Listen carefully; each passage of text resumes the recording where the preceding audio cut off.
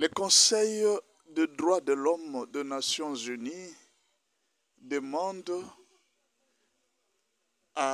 aux troupes rwandaises et à l'AFC M23 de se retirer sans condition de Goma et de Bukavu. Alors, pourquoi le Conseil des Nations Unies il demande aux Rwandais? De l'autre côté, Jacquemain Chabani vient de donner une publication. Seulement pour le mois de septembre, Nanga et ses troupes ont tué 272 personnes. Le mois seulement pour le mois de septembre. 272 personnes. Est-ce que les gens des Nations Unies ne sont-ils pas en train de tromper les Congolais? Non, ne vous en faites pas.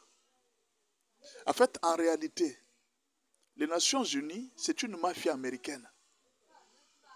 Les Nations Unies, c'est une mafia américaine pour la domination. En fait, ils ont une mafia occidentale pour la domination. Ils ont utilisé ça pour la domination. Vous avez vu Kagame est monté. Il est monté pendant 30 ans, n'est-ce pas? C'est à cause de la communauté internationale, c'est à cause des droits de l'homme. On lui a donné, non, sans faire des enquêtes, hein, sans connaître comment est-ce que l'avion d'Abiyarimana a été abattu, on lui a donné carrément, parce que ce n'était pas un problème d'Abiyarimana ou de qui. Ils avaient leur plan. C'était prendre le minerai de la RDC. Ils en avaient. S'il n'y avait pas besoin de connaître comment Kagame a tué, non, ils n'en avaient pas besoin. Vous avez vu à un moment où on a donné l'embargo à la RDC contre les armes. La RDC ne peut plus acheter des armes. C'était un plan calculé. C'était un moyen d'empêcher à la RDC de se relever. Quand Nanga est arrivé, on l'a laissé faire.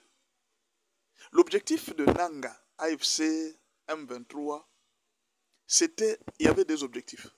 Premier objectif, cacher Kagame, pour que l'ONU ne dise pas qu'il y a agression.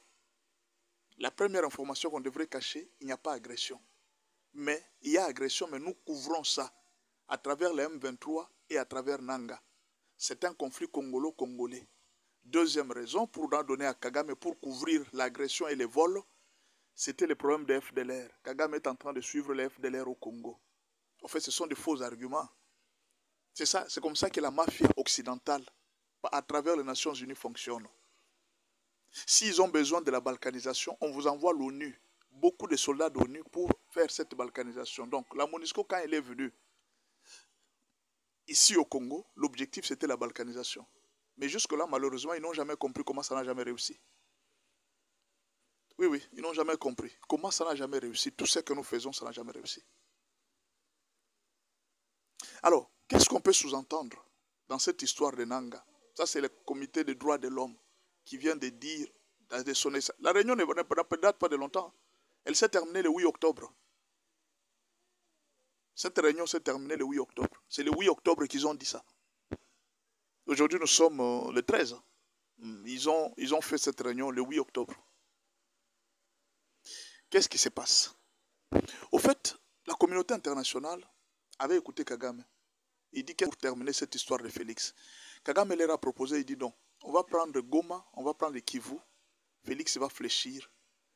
Il sera obligé d'accepter notre proposition, d'insérer nos éléments à l'intérieur et nous allons continuer les vols officiellement comme d'habitude. Quand ils ont pris Goma, Félix n'a pas accepté. Ils ont foncé vers Bukavu, Félix n'a pas accepté.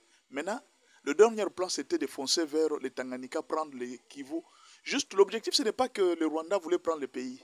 Faire fléchir Félix Tshisekedi d'accepter de mettre dans la Constitution le moyen d'aider le Rwanda à commencer à prendre les minéraux gratuitement. Maintenant, Félix, malgré qu'ils sont arrivés, quand ils sont arrivés à Bukavu, Kagame a demandé le renfort. Il dit, le plan, ça commence à bloquer un peu, nous avons besoin de renfort. On a donné l'argent, on a donné les équipements. Comment expliquer qu'un président qui tue, l'ONU continue à accepter ses soldats d'être les soldats de la paix? Comment accepter un pays où il n'y a pas de démocratie? L'ONU continue à accepter que ce président envoie des soldats de la paix. Donc, à partir d'aujourd'hui, l'ONU commence à accepter aussi le manque de démocratie. Vous comprenez? Or, les Occidentaux, la condition pour collaborer avec vous, le pays doit être démocratique. Or, au Rwanda, ils savent qu'il n'y a pas de démocratie. Ils savent que c'est... Ils savent, mais ils ferment les yeux parce qu'ils ont des intérêts. Maintenant, Kagame, on lui a donné un temps. Il dit, jusqu'à cette période, fais tout pour terminer cette histoire, afin de faire fléchir Félix Tshisekedi. Kagame n'a pas voulu. Il n'a pas voulu. Kagame n'a pas voulu. Tout ce qu'il a proposé, il dit, envoyez-moi des militaires. On a fait appel au Kenya, on a fait appel à l'Ouganda, on a fait appel à plusieurs militaires. Ils ont aussi engagé d'autres personnes, des Éthiopiens et autres, pour la guerre. L'objectif, c'était foncer vers Uvira, mais ça n'a pas marché. Maintenant, le temps qu'on leur a donné ne suffit plus. Les preuves sont tellement nombreuses que la crédibilité même des Nations Unies est en train de se détruire. Alors, pour éviter des problèmes que non, les Nations Unies n'avaient pas avertis, c'est ainsi qu'ils commencent à donner des alertes pour dire que non, les Rwandais et les M23 doivent quitter Goma. C'est-à-dire, c'est une façon d'abord de dire que toutes les responsabilités qui vont arriver à Bukavu et à Goma sont dans les mains du Rwanda et du M23. C'est la première chose, message. Tout ce qui va arriver à Bukavu et au Rwanda. Par exemple, quand Jacquemain Chaban parle de 272 morts, de 10 000 morts qu'on a cités, et de tous les autres crimes qui se font, les viols, ça sera dans la tête de Nanga et de Kagame. C'est ça le premier message. Le deuxième message que les droits de l'homme dit, on dit à Kagame et à Nanga que le temps qu'on vous a donné pour prendre Goma et faire fléchir Félix Tshisekedi, le temps est révolu. Il n'y a plus de temps pour vous. Vous devez quitter maintenant. C'est un message. Troisième message, ils ont lu. Quand Tshisekedi a dit à Kagame, il a utilisé une phrase. Je prends à témoin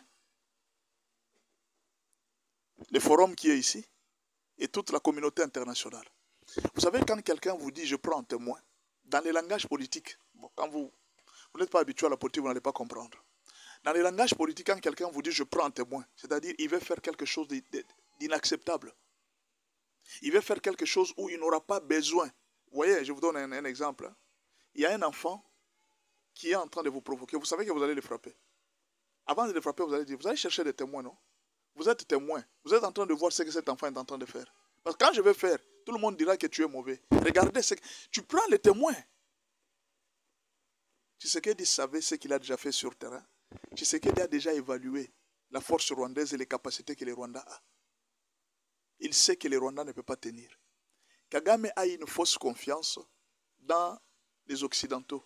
Il ne sait pas que les Occidentaux, ce sont des rouleurs. Ils sont hypocrites généralement. Et puis, ils défendent toujours leurs intérêts. Kagame est très sûr de lui. Dans cette confiance des Occidentaux, il sait que non, il est les chouchous des Occidentaux. Et pourtant, les preuves qu'il a accumulées et les erreurs qu'il a faites ne peuvent plus permettre aux Occidentaux de continuer à les soutenir. Alors, on leur a dit, votre temps est terminé. Faites attention. Quittez Goma. C'est un avertissement. On leur a dit de quitter Goma. Eux ne comprennent pas, ils s'entêtent. Parce que, eux, les gens de la communauté internationale, ils voient ce que Félix fait. Ils savent ce que Félix a déjà préparé. Ils connaissent le nombre d'armes que Félix a déjà achetées. Ils connaissent ce que Félix est en train de préparer faire. C'est pourquoi on les a avertis de quitter Goma. Parce qu'eux pensent que non, c'est les droits de l'homme. Non, on les avertit, c'est pour éviter le nombre de morts. Tant qu'ils sont à Goma, il y aura encore beaucoup de nombre de morts. On les avertit. On vous dit, faites attention, quittez Goma. Aujourd'hui, il y a la panique. Le peuple congolais est devenu déterminé à un niveau où, si la communauté internationale ne fait pas attention, il y aura un bain de sang dans les jours qui viennent. Et la communauté internationale, Félix l'avait dit, je vous prends un témoin, vous tous ici. J'ai tendu ma main, il a refusé. Quand les choses vont commencer, ne venez pas me dire. Et le président Félix Tshisekedi a renchéri en Belgique. Il a dit, quand vous êtes en politique, vous ne savez pas la pression internationale que nous recevons. Nous recevons la pression internationale. À tout moment, toutes les chancelleries en train d'appeler Félix, non, pourquoi tu n'aimes pas la paix, pourquoi tu n'aimes pas la paix, pourquoi tu n'aimes pas la paix. Il leur a dit, je vous prends un témoin. Regardez maintenant. Et Kagame n'a pas compris le message. Que Félix était prêt.